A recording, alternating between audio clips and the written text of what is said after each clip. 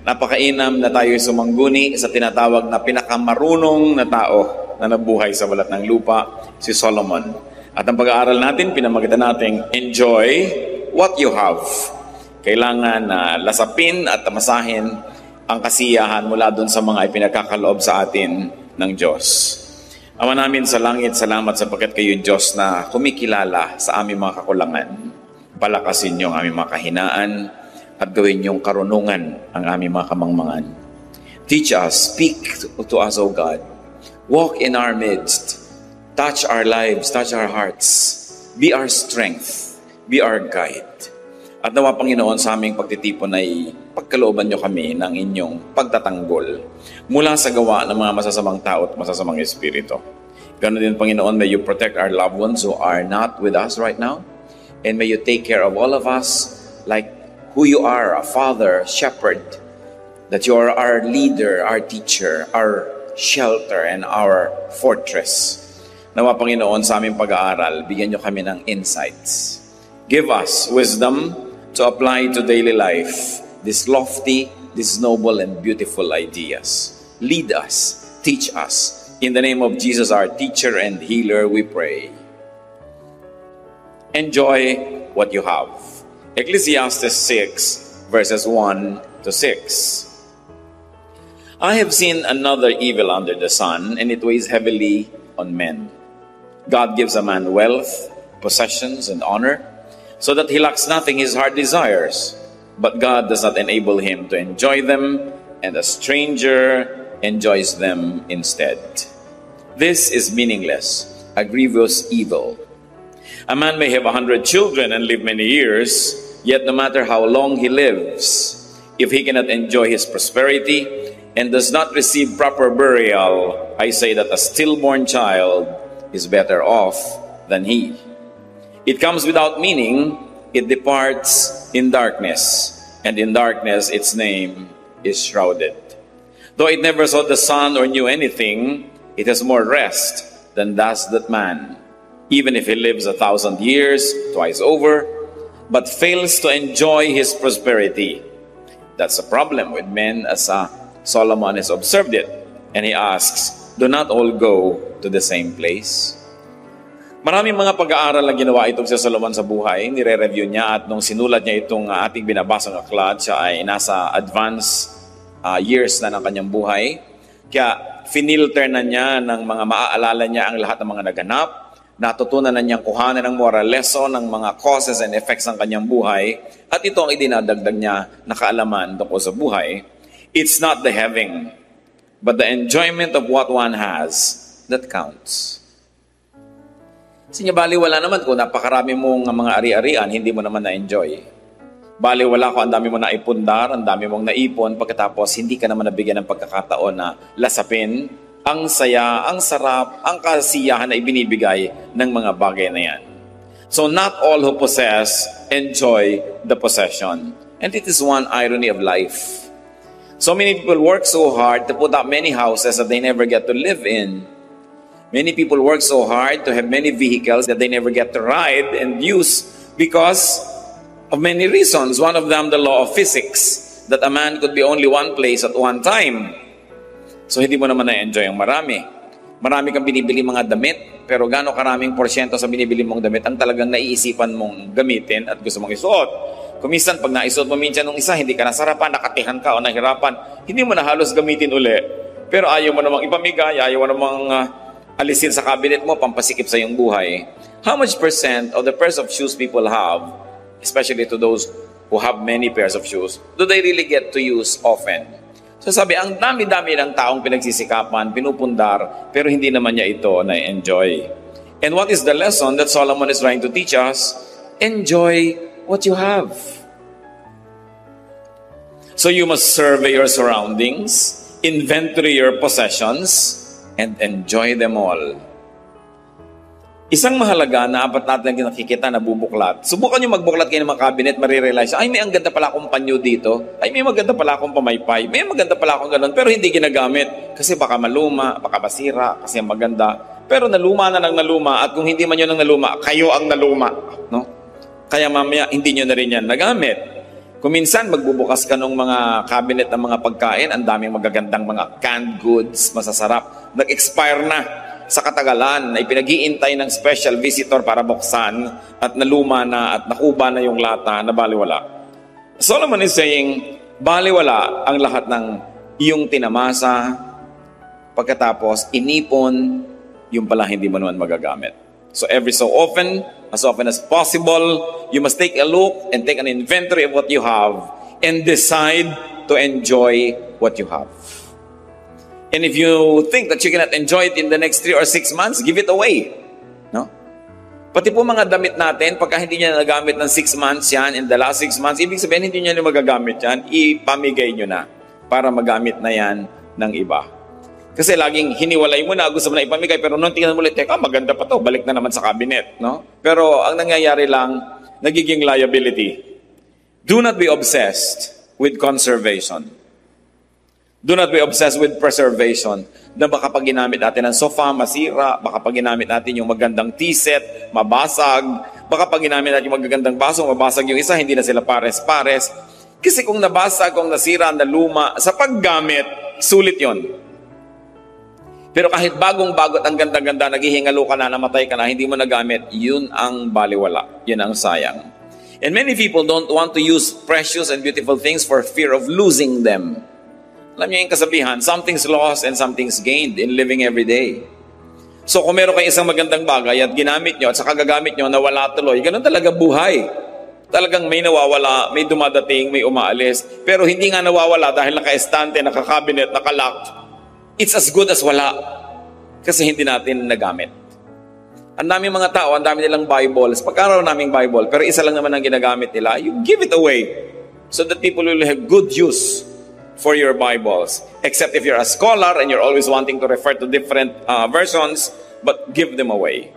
Ang dami nating gamit, kahit tayo tinatawag na mahirap o hindi tayo mayaman, ang dami pa rin nakatago. Ang gagandang mga panyo, mga bordado, hindi na nagagamit kahit kailan. Yung pala hahawakan niya pagka siya'y nakaburol. Ay, ang ganda ng panyo ng patay. So, gamitin. Do not be obsessed with fear of breaking things. Ganun talaga. Things get broken.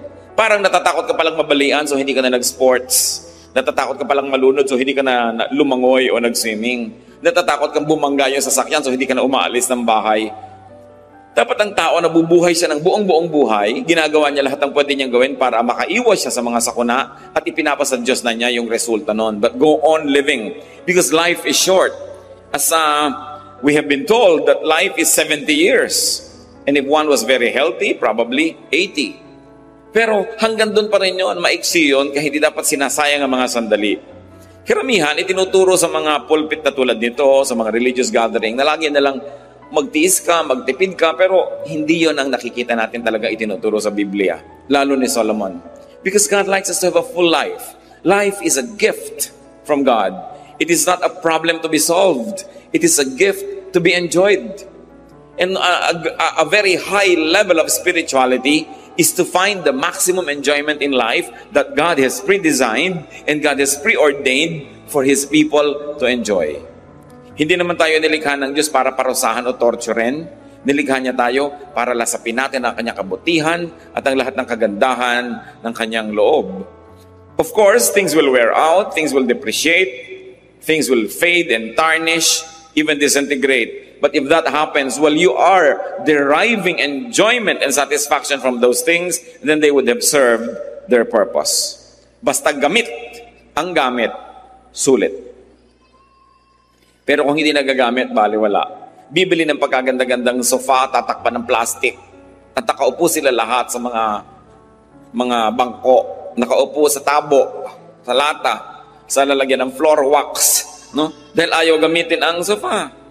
Meron ang ganda-gandang kusina, tapos nandun sa dirty kitchen gumagawa. Ano, sasambahin mo, sabi, good morning kusina, ayaw kitang galawin. No? Gagawa ng mga magagandang mga ilaw, tapos ayaw pasindihan. Bakit pa?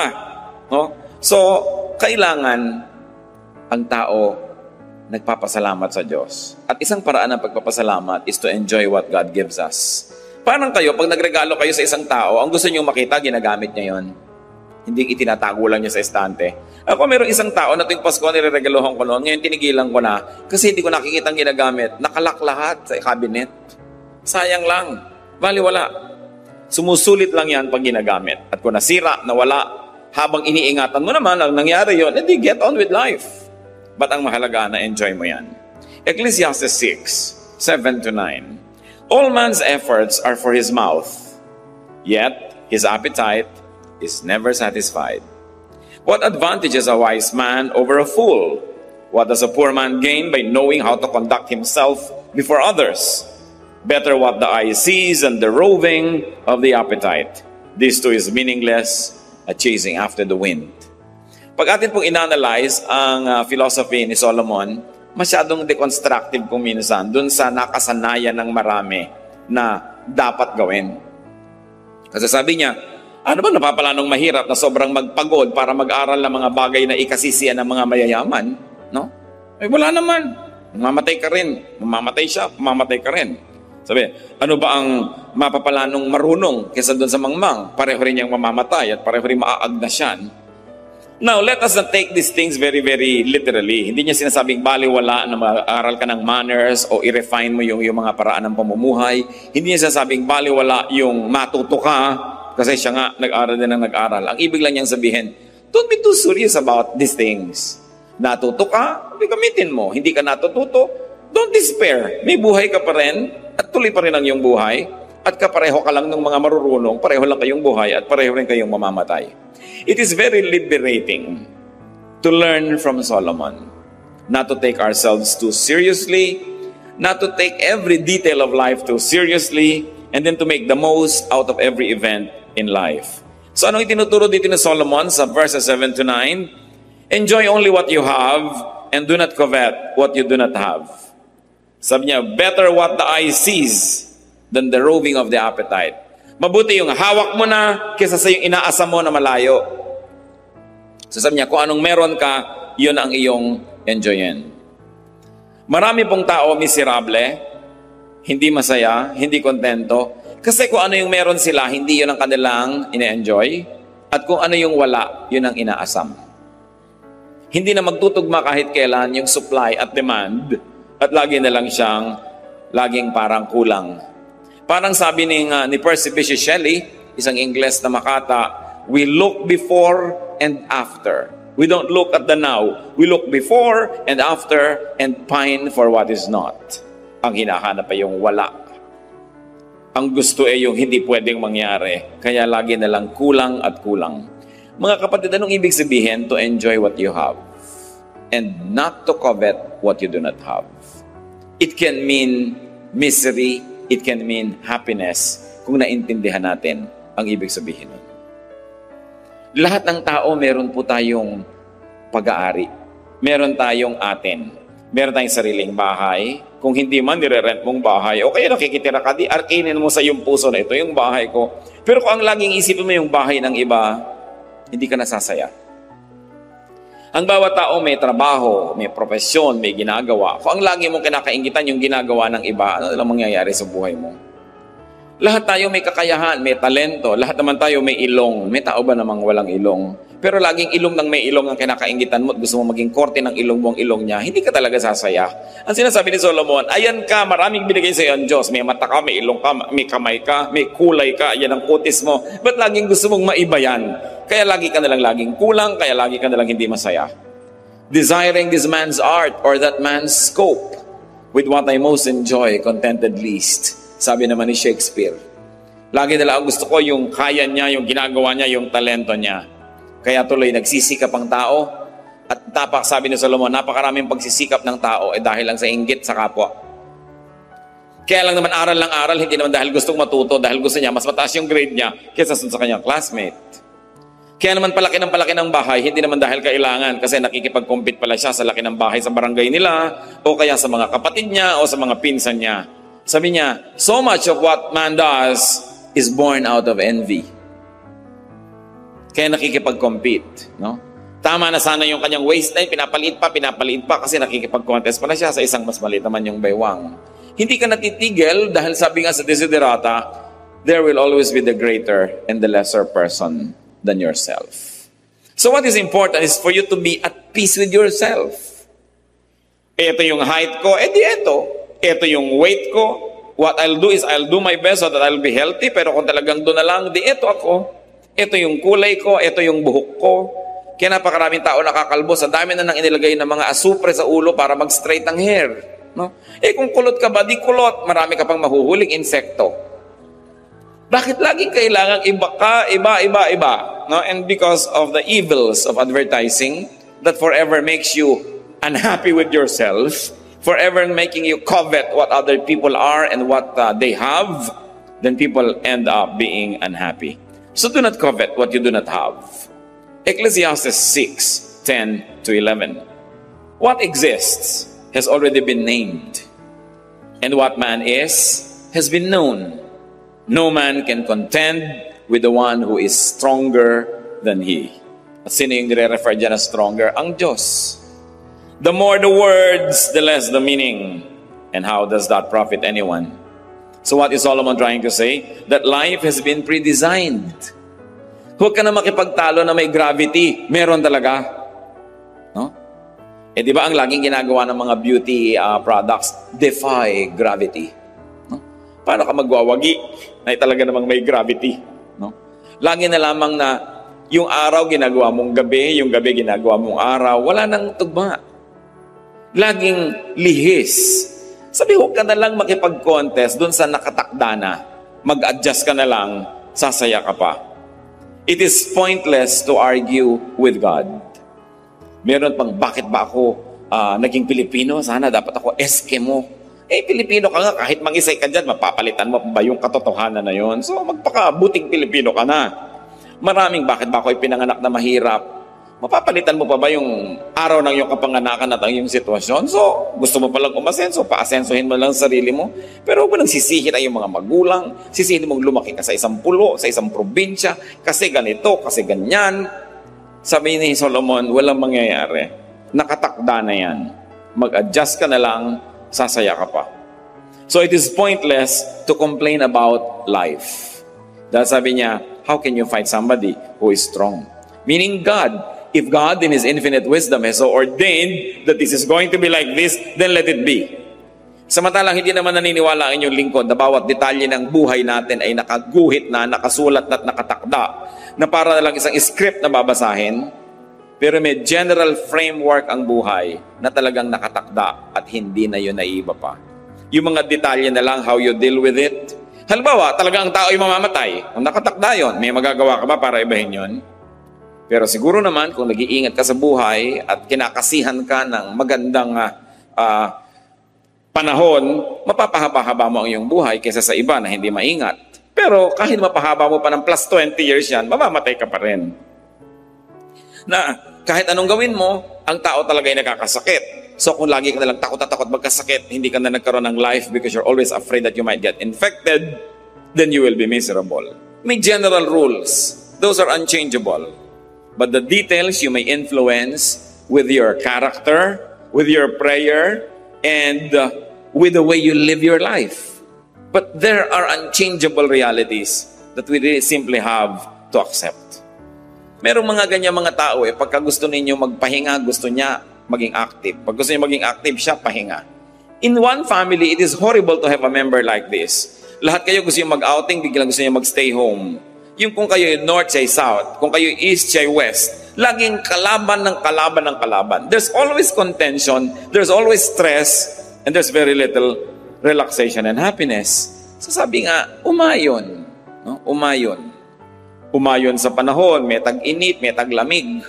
Mga Pilipino lang ang init. Para naman bago ng bago, dito ka na nga lumaki, dito ka na tumanda. Naninibago ka ba na mainit pag tagaraw? Ang init, ang init. Talagang ganun, mainit nga dito Mabuti ka, mainit dito sa atin. Yung ibang tao namamatay naman sa lamig sa ibang lugar, no? So, laging baligtad. Alam niyo ba na isa sa mga pinakamabiling tsokolate sa Amerika na tinatangkilik ng mga Pilipino? Choknat. Nung nandito sa Pilipinas, walang inasam kundi kumain, no? Ng mga western products sa tsokolate. Mga nasa Amerika na, choknat ang pinagkakaguluhan. Skyflakes. Pinagkakaguluhan yan, no? sa mga tindahan ng mga Philippine food sa Amerika, kung ba't nung nandun ang inaasa mo yung pagkain dito, nung nandito ang inaasa mo yung pagkain doon, kaya hindi na kahit kailan mag-swak. Pagka nagdito at nagbabakasyon, ay sa Amerika, ganito, mabuti pa sa Amerika, mabuti pa sa Amerika. Pero pag nandun pa sa Amerika, ay, alam mo sa Pilipinas, ganito, ganon. Kahit saan na lang siya lumagay, hindi siya masaya. Dapat pag binuksan mo ang iyong maleta, isang araw ka nang nandun, treat it as your home and make it your home. Adjust. People who adjust become happier. And Solomon says that the more argumentation, the more philosophizing, the less sense. So the silence of the wise is more enriching than the speech of fools. Binanggit niya yan. The foolish are always talking. They're always complaining. Silence is a speech. Kaya even the silence of God can be the answer to our prayers. It's already the answer. Silence. Pagka tayo may mga tinatanong, hindi sumasagot. Huy, sumagot ka. Silence is the answer. No? Nagte-text ka sa tao, hindi ka sinasagot. Ba't di ka sumasagot? Gusto mo sabihin, yung hindi ko pag-text sa'yo, yun ang sagot ko, ayoko makipag-text sa'yo. Yun ang sagot. Hindi mo ba kayang maintindihan yung silence? When yet Solomon is saying, people are always talking, and fools are always displaying their ignorance by talking a lot.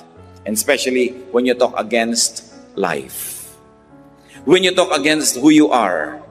Tayo mga Pilipino, mahilig pababain ang sarili natin. Laging talking against Filipino-ness, against our culture, against our country. So anong nangyayari? May nasasolve ba tayo? Wala din.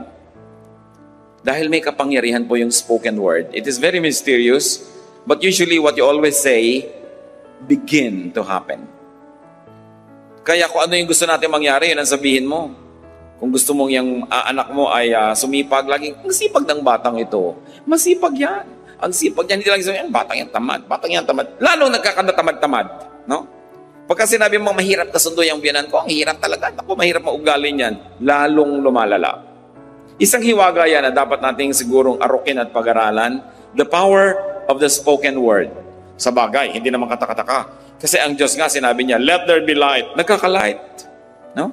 Let this happen. And nangyayari. We were created in God's image. So mahirap bang ma-connect na may kapangyarihan ng ating salita? So, talk positive. No? Instead negative. Because what we say have a mysterious way of becoming real in our lives. Then verse 12 of Ecclesiastes 6. For who knows what is good for a man in life? During the few and meaningless days he passes through like a shadow. Who can tell him what will happen under the sun after he is gone? Itinatanong ni Solomon, sino nga bang nakakaalam kung ano ang mabuti para sa tao? Sino ang makakapagsabi kung ano ang mabuti para sa kanyang kapwa?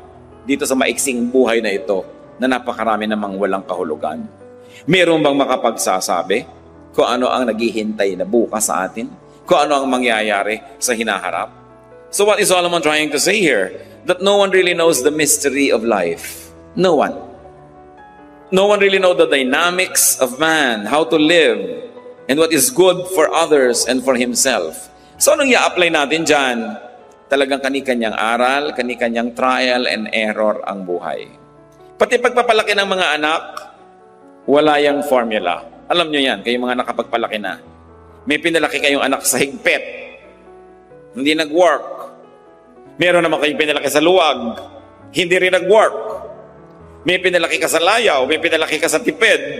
Wala kang makitang rule how to raise children. Why? Kasi kahit pare-pareho ang policy mo sa iba't ibang mong anak, iba-iba ugali niyan.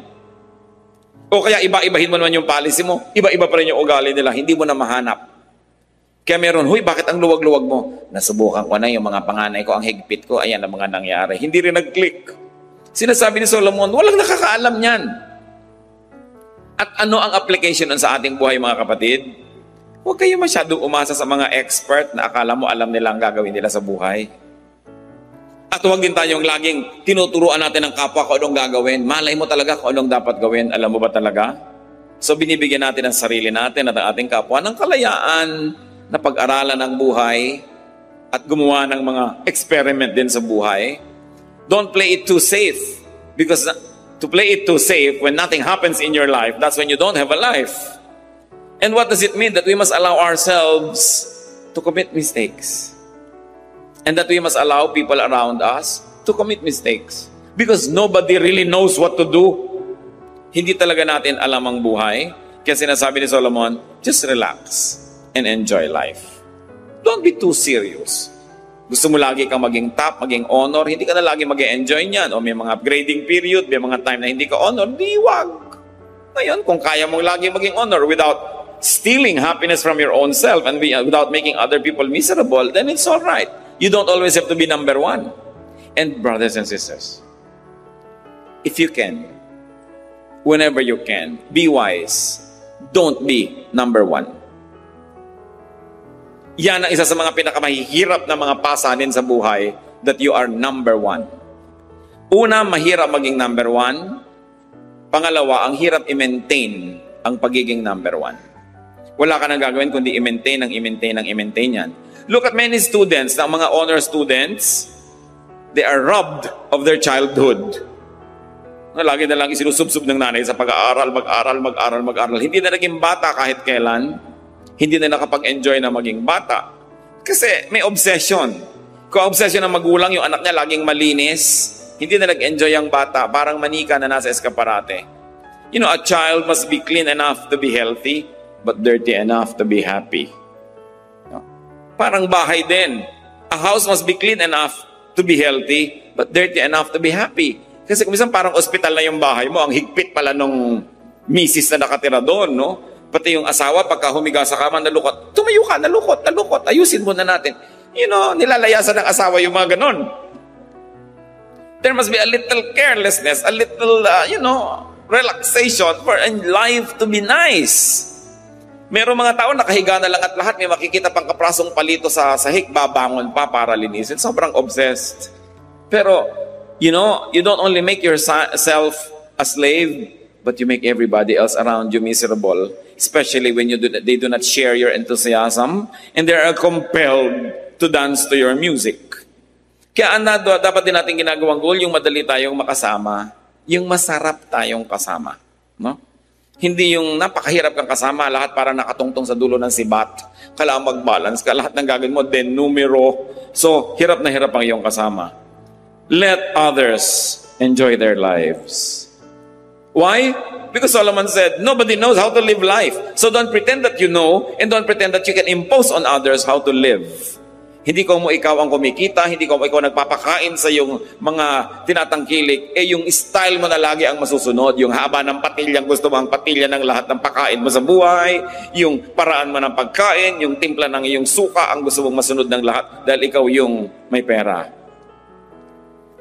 Giving people around us the freedom that God has really intended for every human being is one of the greatest gifts that we can give to people. Napakarami pong buhay, mga kapatid, hindi talaga naipamuhay ng may-ari kasi nakasunod lang sa anino ng iba. Lalong-lalo kung meron tayong tatay o nanay o lolo o tita na very domineering and they also happen to be economically powerful, many lives are never lived. They just become footnotes of the life of the people who control them.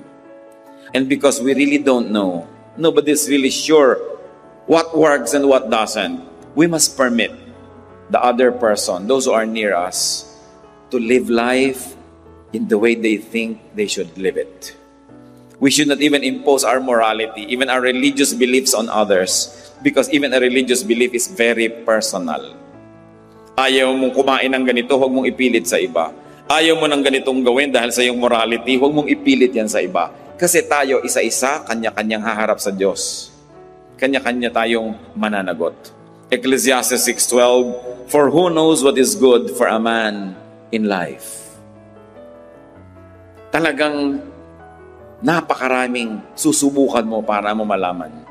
No one really knows what is good for a man in life. Tanong, lahat ba ng mga financial advisor mayaman? Diba ang dami ngayon, may bagong profession ngayon sa bangko, yung wealth manager.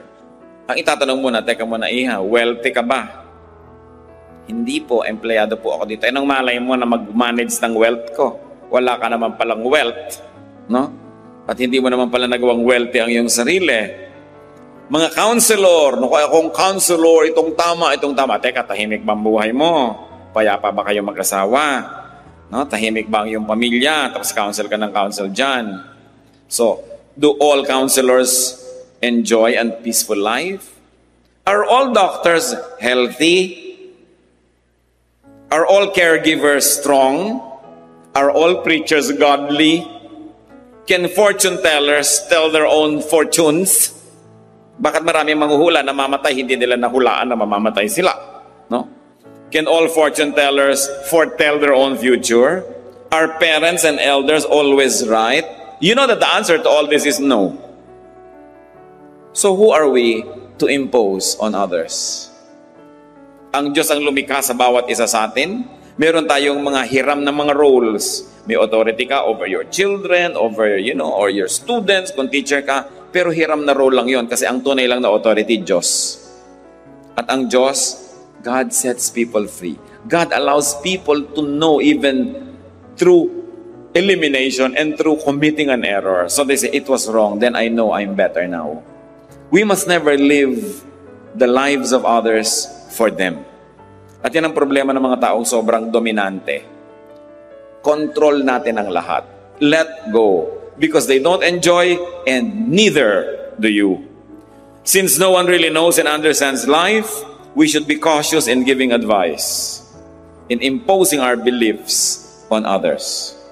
Ecclesiastes 6:8, what advantage has a wise man over a fool?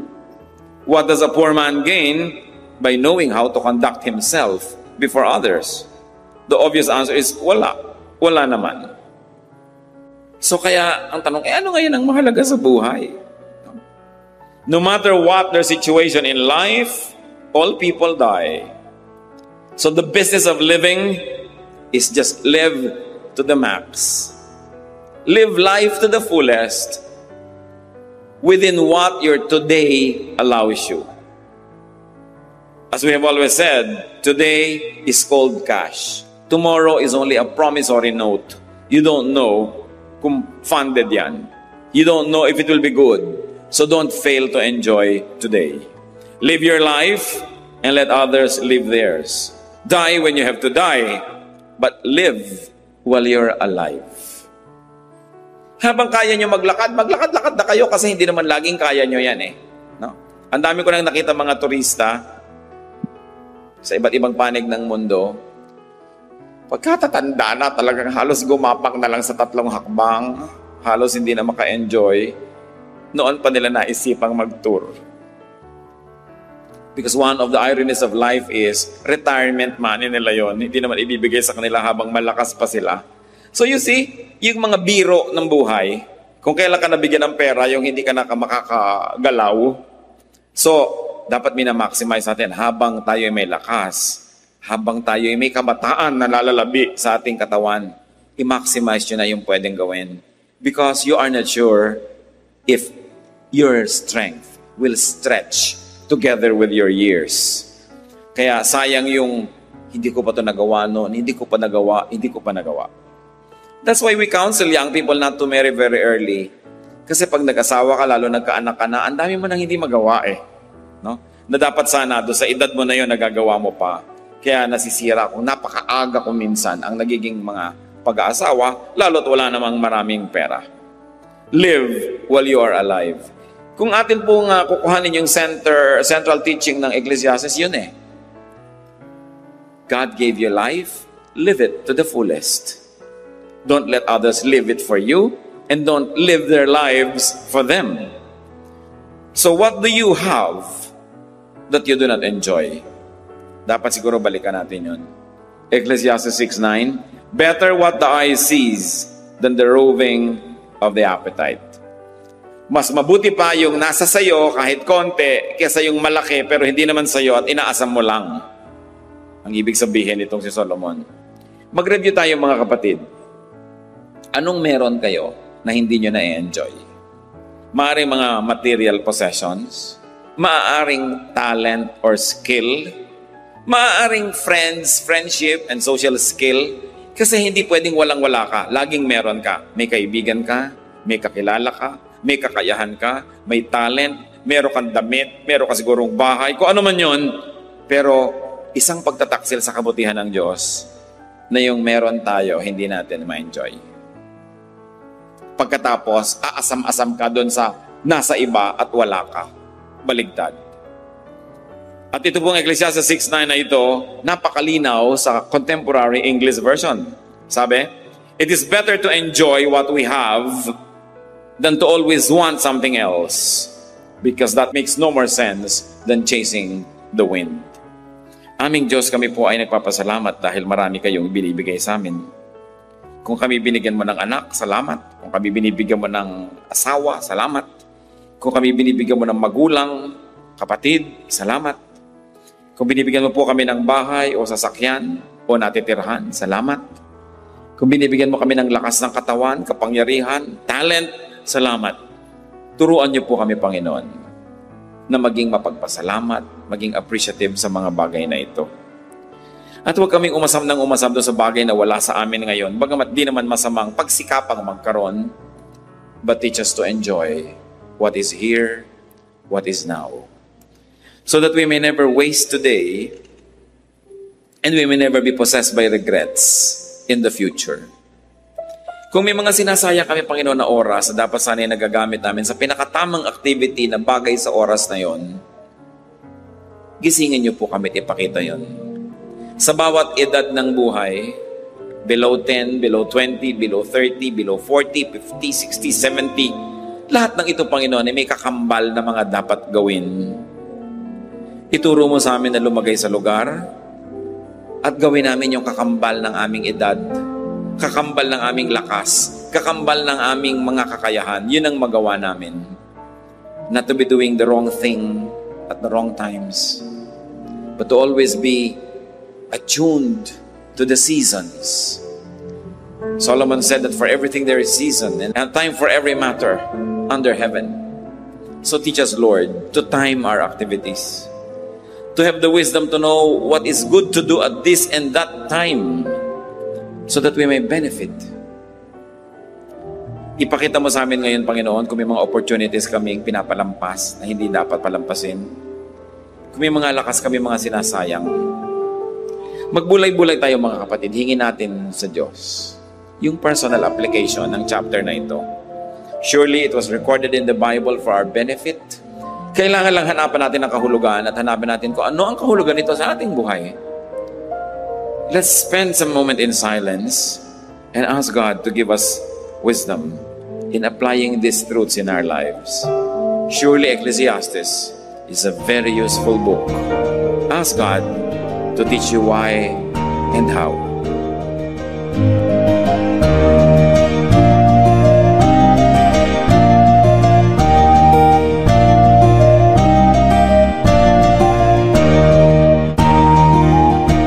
Ang katatapos pong mensahe ni Kuya Ed Lapiz ay pinamagatang Enjoy what you have.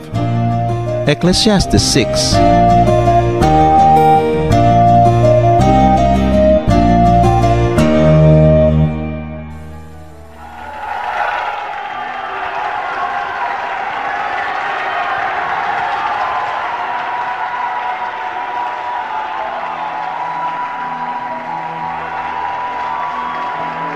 Hallelujah! Ating pag-iway at katakilan ng Panginoon!